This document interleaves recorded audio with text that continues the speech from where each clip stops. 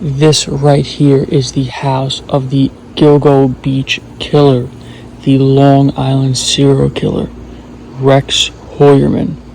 And right here is exactly where he buried all the bodies of the women that he killed at the beach. Okay, everybody, this is mooneydashcam.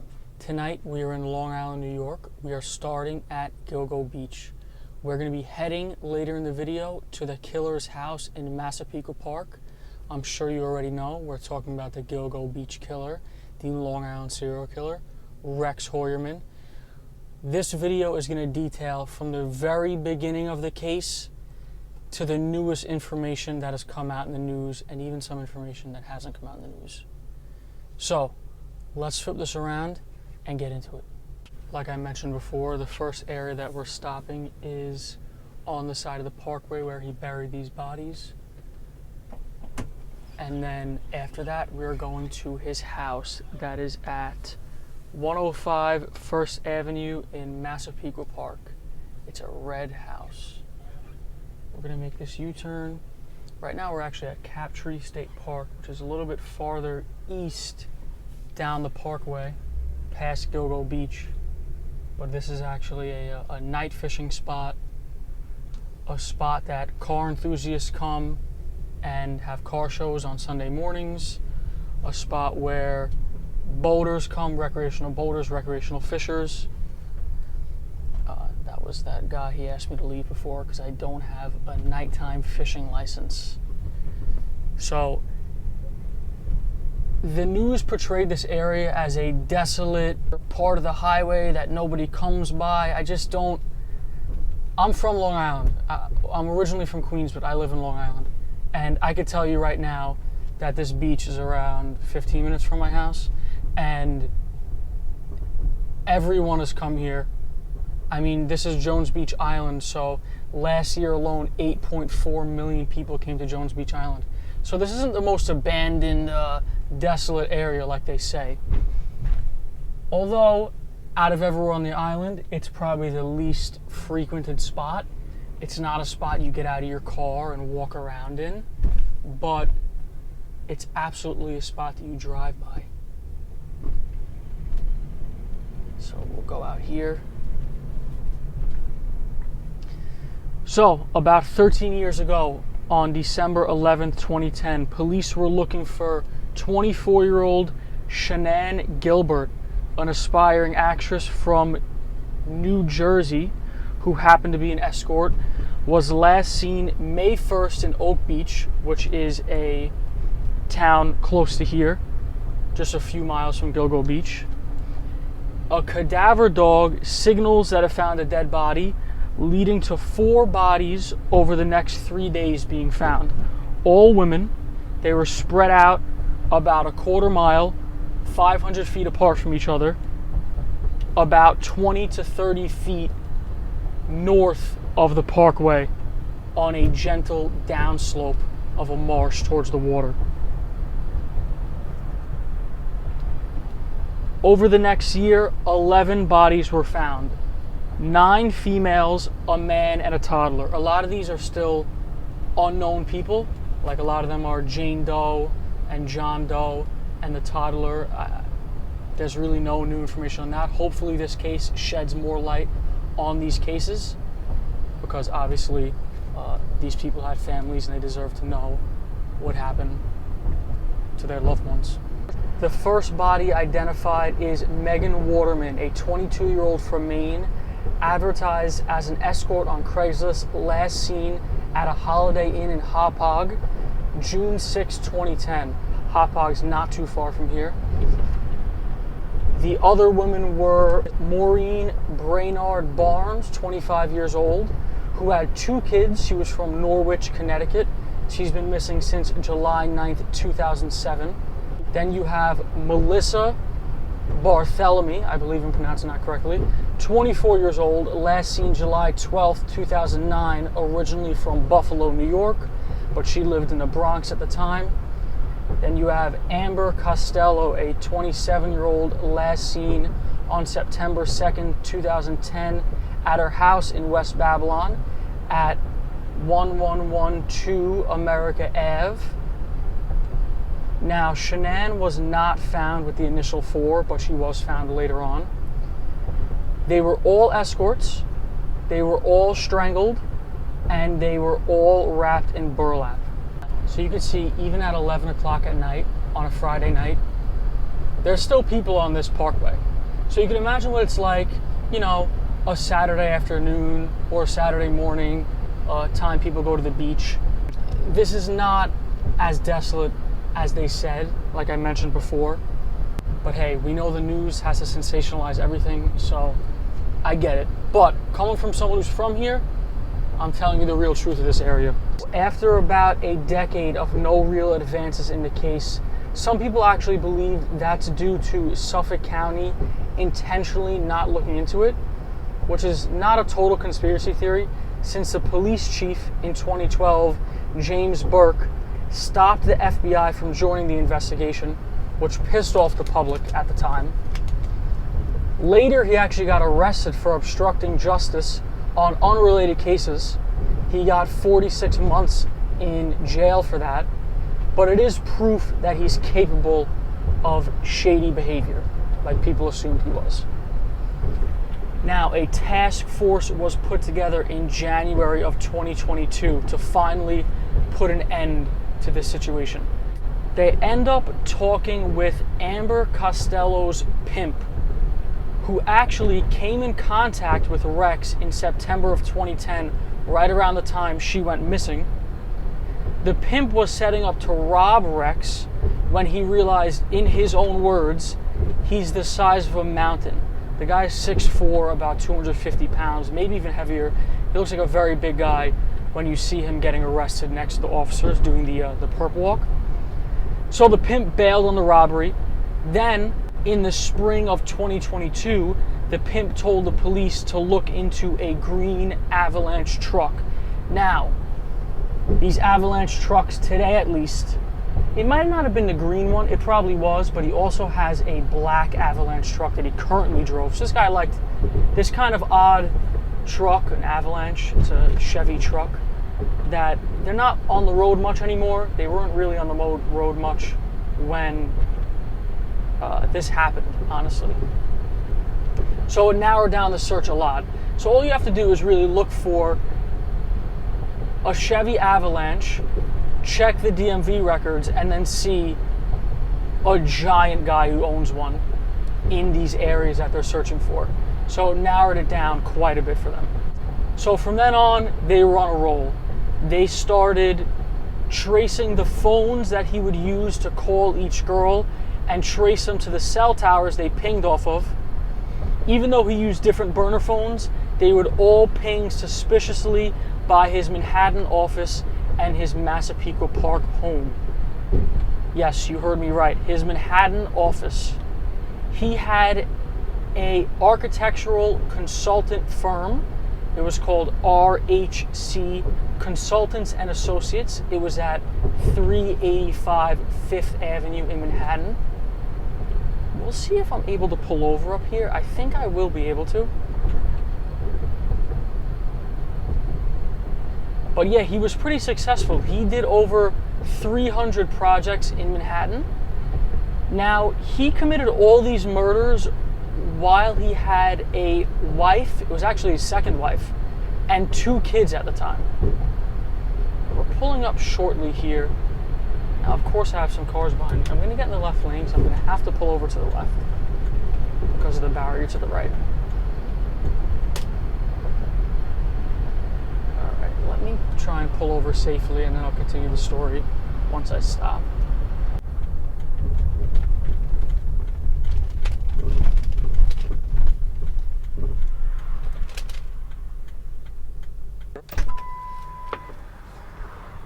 Okay, so as you can see, it's pitch black out here. I have a flashlight just to light some stuff up. But you could imagine him coming here at night and dumping these bodies. Cars are still coming by though. It's not like it's totally desolate. Now, this is a while ago. This is 13 years, maybe longer ago. Went across.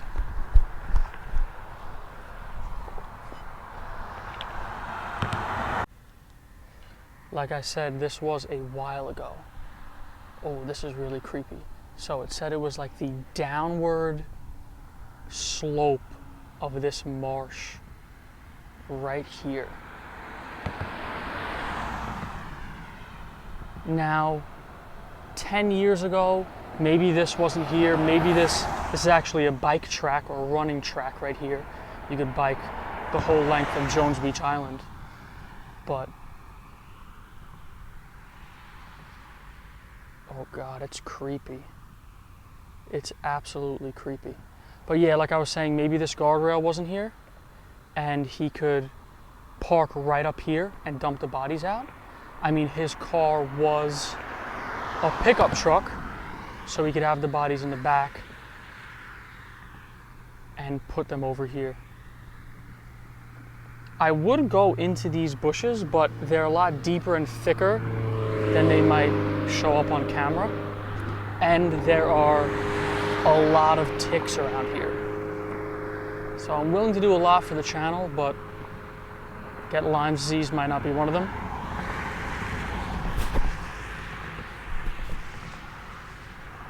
I'm actually feeling bugs all over me while I'm filming this. But yeah, so you could imagine 4 bodies dumped just right here alone, and then across the whole Jones Beach Island. I'll show you a map of where all the bodies were dumped. Let's cross back over at a safe time, of course. We do everything safe here on Mooney Dashcam. Say hi to the truck. I know it's been a minute since you guys have seen it. Say hello. Give it the respect it deserves. I cannot explain to you how many bugs were just on me when I got back in here. Did you see the bug just fly across? They're all inside the truck. This is what I do for you guys. Now we're off to Massapequa Park, to his house. My GPS says it's only 22 minutes away, so not a far dumping ground from your house. Pretty quick. Shoot back and forth whenever you feel like it. Obviously, he did it a lot. I cannot explain to you how many times I got bit by mosquitoes out there. I just spent about 10 minutes getting them all out of my truck. But besides the point, I mentioned he had a wife. It was actually his second wife. He has a special needs stepson and a daughter that worked as a receptionist in his Manhattan office. So this is where, as if the story wasn't sick and twisted enough, this is where it gets really crazy.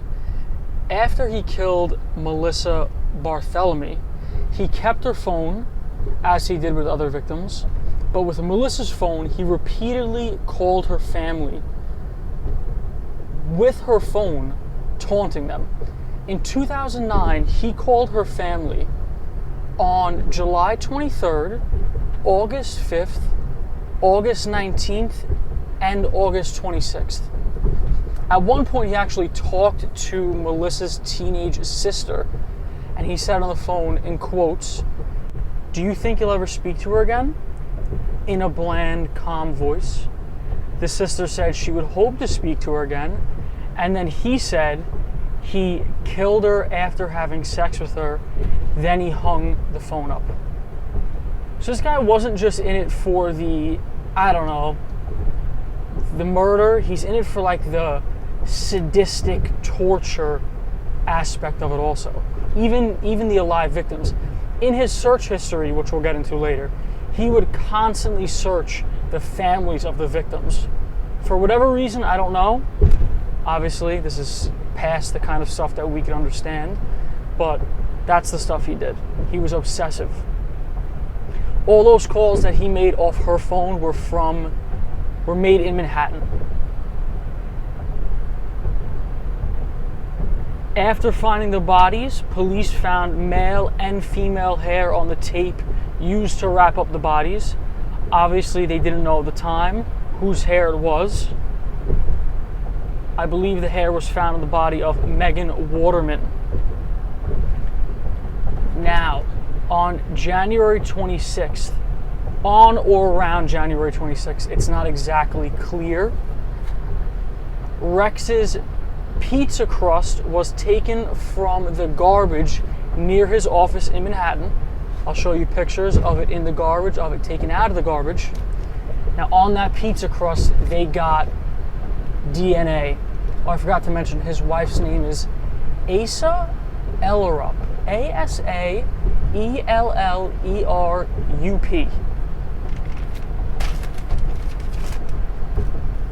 So the DNA found off that pizza crust linked him back to the hairs found on that body, and they had a match.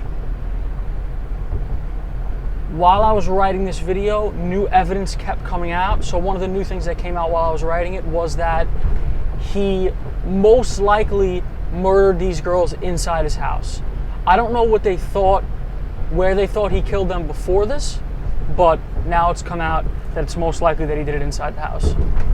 Now, after the investigation went on for 16 months, police were confident enough to make an arrest. So, on July 13th, a Thursday, at 8:30 p.m. outside his Manhattan office, his arrest was caught on video. It's very cool. You see it from a couple angles. So one angle, you see him walk by with a shoulder bag on and 3 black suit, black tie officers. It looks very cool. It's like Men in Black. It's like movie stuff that you normally never see. 3 of the officers walk from behind him, and then from another angle you could see 3 or more of the same dressed officers walking from in front of him, and they completely surround him, and he doesn't move at all. He doesn't know what's coming. He just gets bum rushed, you know, at a random time.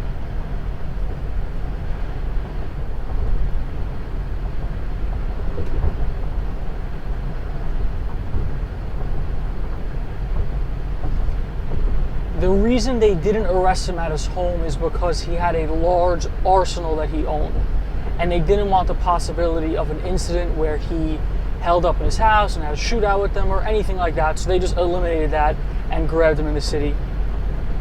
They obviously approached him carefully, because at this point, if he sees the cops approaching him, who knows, in his sick mind he might think that he'll still get away with it, but you never know. He could think that he has nothing to lose because if he gets caught by the cops, that he's going to jail for life. He knows what he did in the back of his head.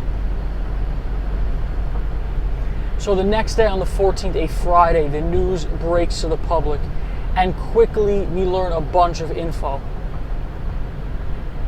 On the 14th, later that day, the 14th of July, 2023, just in case you're watching this video years and years from now. Ooh, I just killed another bug. Did you hear that? Right off my notebook. As you can see, we're still on Ocean Parkway.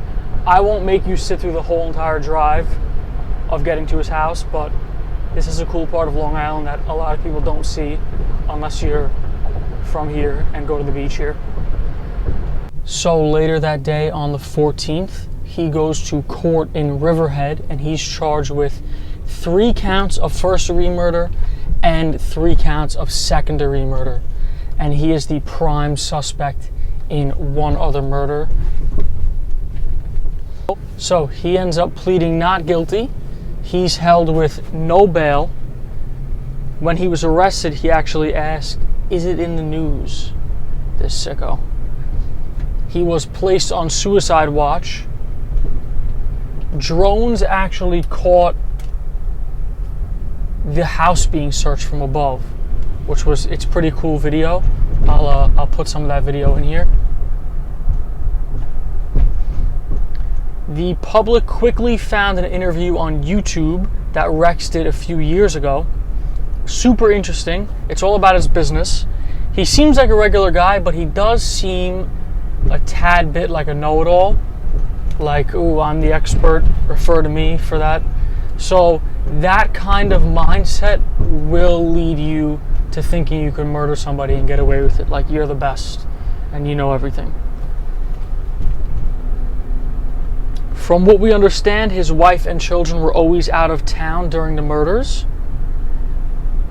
In the search of his house, they found a built-in vault in the basement containing 200 plus guns and grenades. They were surprised by this since he only had 92 permits for guns, but he could have had shotguns and rifles. You don't need permits for those in New York State, at least the city of New York, Long Island included. The vault was walled off behind a heavy metal door, which is pretty unusual. Now, from the house, they took all the guns, a large doll in a glass case, weird, a filing cabinet, computers, and a large portrait of a woman with a bruised face. Now, why would that be? Why would he have a painting of a woman with a bruised face? Especially a large painting of that. Also, they searched 2 storage units that he owned, a property in Vegas that he owned. They're checking all the cold cases in Vegas, just in case his DNA matches anything in those. Also searching a property in South Carolina that he kept his green Chevy Avalanche at. They actually sent a New York State police flatbed all the way to South Carolina to pick that car up and bring it back to Suffolk County. They're also searching around Atlantic City, New Jersey, because he frequented there. They're checking all the cold cases, just in case he's involved in anything. Now, police say he's involved with prostitutes even recently. All in all, there were over 300 subpoenas and search warrants used in this case. They were not messing around with this guy. Police were mainly looking for trophies, as serial killers kind of keep little mementos of each of their murder victims. Stuff like jewelry, locks of their hair, clothing. They're searching for this in his completely dilapidated and cluttered home. Crazy that he has an architect company. I understand it's a consultant company, but he also is an architect. And his house is one of the worst houses in that neighborhood, completely falling apart. Massapequa Park is a nice neighborhood, and he had arguably the worst house there. It was even his parents' house. So it's not like he went and built himself some nice house. He just took over his parents' house, assuming after they passed away, and seemingly left it as it was. Also, police are pictured collecting evidence from his office. I'll put that up right now. His wife divorced him 6 days after the arrest. His family was shocked, embarrassed, and disgusted at his behavior, which they should be. The police commissioner said he doesn't believe they knew the double life that he was living. He actually almost grabbed somebody at Brady Park in Massapequa Park, right by his house, jumping out of the woods at someone that was jogging. He didn't end up getting that person. I guess after the news came out, a bunch of stuff clicked, and they were like, yeah, that giant guy tried to grab me. That's him. Now, we're getting pretty close to his house. Now we're only about 3 minutes away. Outside of the murders, just in general life, he was a scummy guy. He was not a guy you wanted to be your neighbor, not a guy you wanted to encounter in everyday life. Now, some neighbors said he was your average guy that commuted in a suit every day to work. No big deal, pretty quiet. Some people said that he would chop wood in his front yard with a menacing look on his face. Parents told their kids to not go to his house on Halloween. People crossed the street when they were walking down his street, so they were not in front of his house. So he had a bit of a reputation. One time at a Whole Foods, he took some clementines that were meant for children. Maybe there was like a bowl out for kids to be able to grab. And then he actually went back for more. I think he took 3 and then went back for more. And then a worker said, "Sir, those are for the kids." Then he actually had to be escorted out of the Whole Foods. He fabricated a car accident, then took a person to court over it. Him and his wife at one time owed $425,000 in taxes. He paid a lot of that off, but not enough of it. He still owes a lot of money in taxes.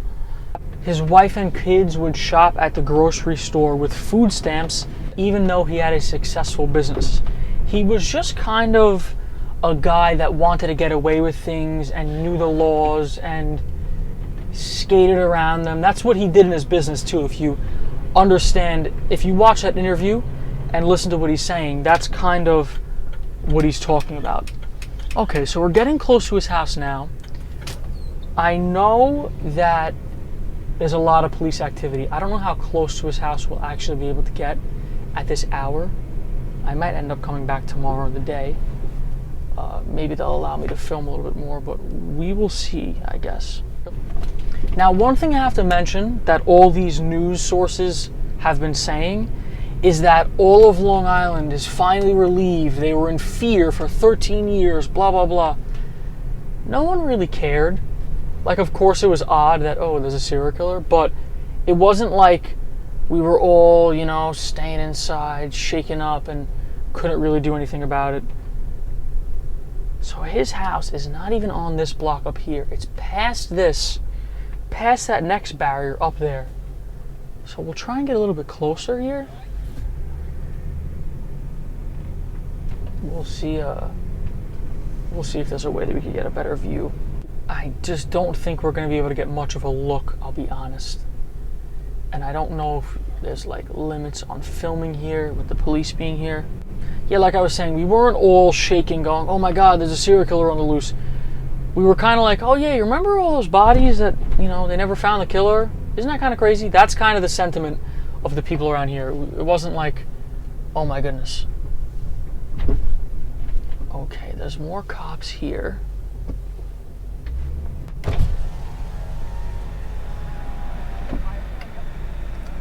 Excuse me, would I be able to film? I know it's late. I don't want to bother anybody. I'm just seeing if he's good, if he needs anything. Oh, okay. Would I be able to film? I have a YouTube channel. I cover this kind of stuff. Where though? Just if I could get a glimpse of the house. Nah, I couldn't. No, it's basically just all from. If you want to see something in this corner, you can see it. But is this like the closest corner you could get to the house at this point? Nope, that's not even. There's nothing closer, right? I was trying to look on the map to see if there's anything. That's about it. Yeah. Yeah, you can't. I know like press was up there. I'm assuming that's just in the daytime and shit, right? Yeah, if you want to come down to the daytime, you might be able to go in with like the press and all that stuff. To go closer? That'd be your best shot. You live around here or no? Yeah, I'm like 15 minutes away. Yeah, that'd be your best shot during the daytime. Okay. With everyone else when they come here. At nighttime, there's barely anyone here. And yeah. Rules that we can't let anyone go near their house. I get it. I figured I'm like, you know, past midnight. I'm not trying to. Yeah. If you want to see if you can get an angle. Yeah, I'll stand over here. I'll see as best I can get. I appreciate it. Yeah, I'll probably be coming back tomorrow just to check it out. Yeah. If you want, it doesn't hurt to try. Yeah. Thanks, man. I appreciate it.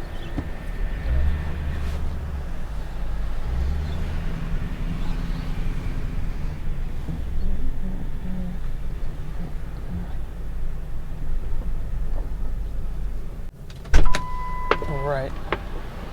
So I spoke to this nice officer, and he said I can't go past. I mean, it's like 12:20 a.m. right now, so I get it that I can't pass.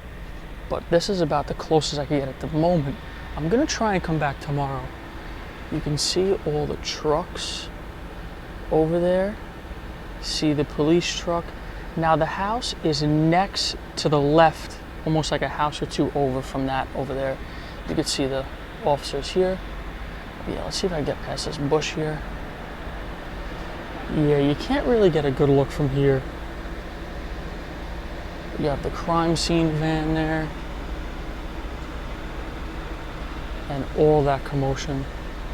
I read somewhere that they'll be here for probably the next 2 days searching the house. So that should be pretty interesting once they conclude that search.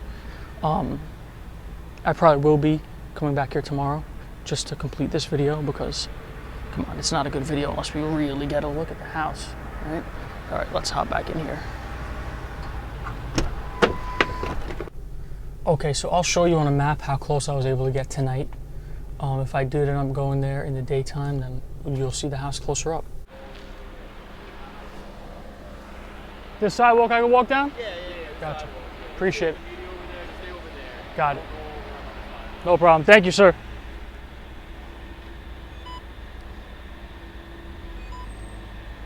Okay, like I said, we are here the next day.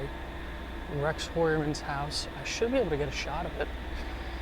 That's all the media. Hey, I'm part of the media too, aren't I? So there we go. The command posts. first-hand look. This video would have been out sooner, but obviously I had to get this footage.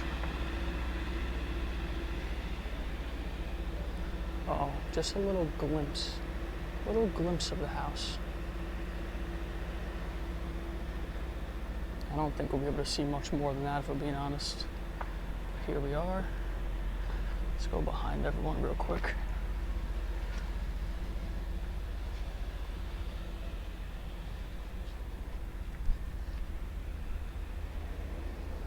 There we go.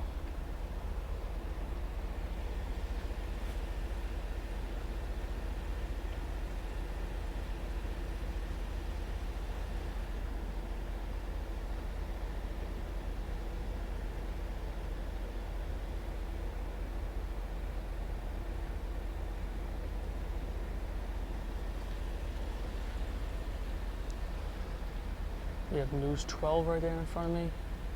State troopers.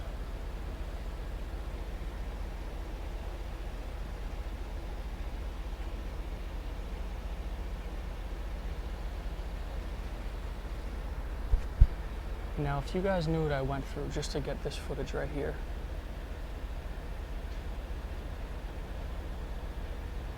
That is the house of the Long Island serial killer, the Gilgo Beach killer.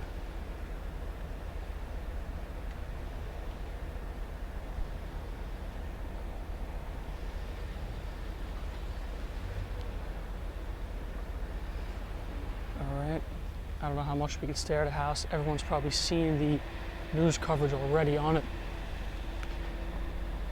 But I hear they're supposed to stop searching the house in like the next day or two. I don't really know how that's possible, because I mean, look at the kind of people, look at the amount of people that are here right now. This is the checkpoint that I passed through to get this kind of footage here. I went to, I think, 3 other checkpoints, and this is the one that let me through. This is where the press guys pass through. You have the News 12 truck over there. We'll take the walk back to my truck. Thanks again, have a good one.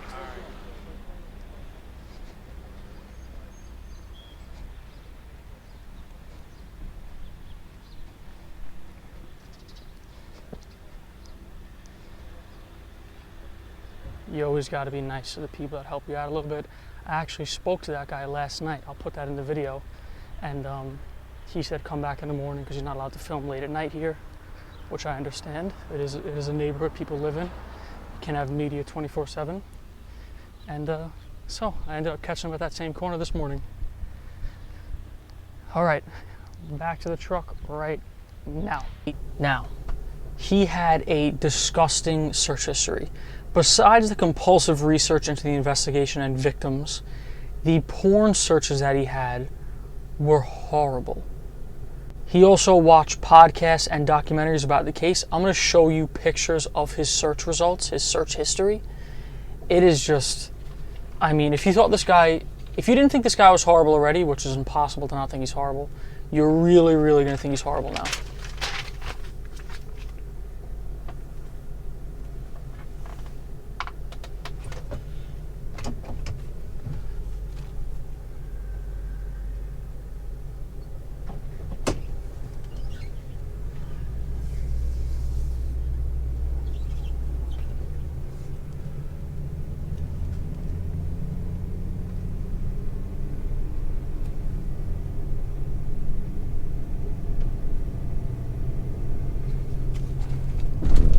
So I watched an interview from his next door neighbor, who is a fireman. He seemed like a very cool guy, who said while he was away at work, his wife would sunbathe in the backyard.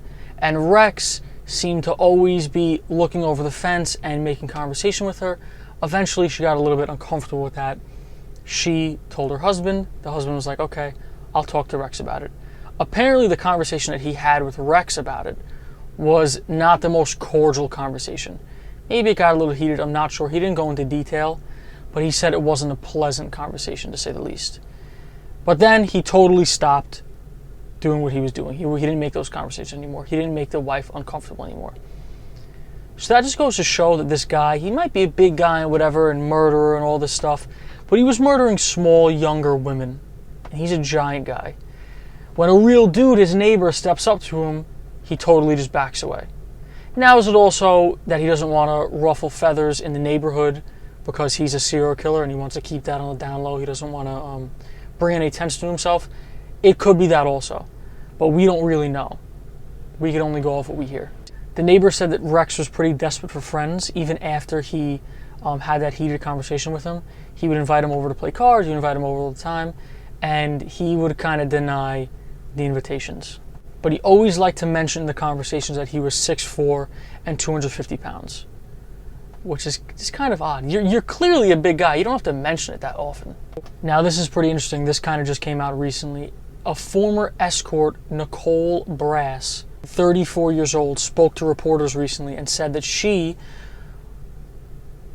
contacted her to be an escort, and he wanted to meet in a hotel in Massapequa Park, and she wasn't really comfortable with that, so she met him at a restaurant called Steam Room in Port Jefferson.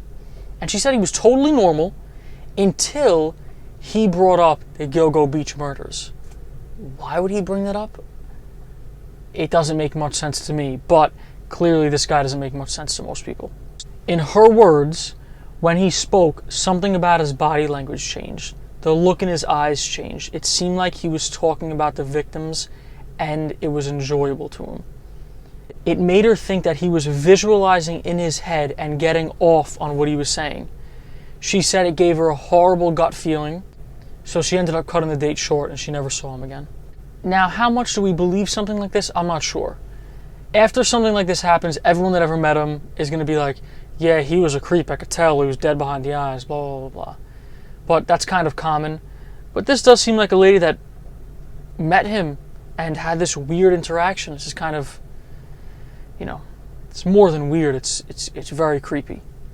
As of right now, it's not public yet, but police did arrest another guy in connection with the murders. Also in connection with Rex, this is what I heard from a source. I can't reveal who that source is. So if it ends up not happening, it's out of my hands, people. It's not information from me. It's information from a source I heard it from. Now, there's still so many unsolved cold cases. Hopefully they connect more of these cases to him. That's kind of what they expect as they gather more evidence, as he talks a little bit more, that they're going to connect a lot of these unsolved stuff to him. There is a toddler and a woman that were buried next to each other that is still unsolved. So it would be great to at least get that solved. There's a small Asian man that was also buried that's unsolved. There's a few other Jane Does out there that we don't know about. So hopefully this story ends with a lot of families getting closure on their loved ones. But yeah, this is one of the craziest things currently going on with any serial killers in the United States. So I hope you guys enjoyed, and I'll see you in the next one.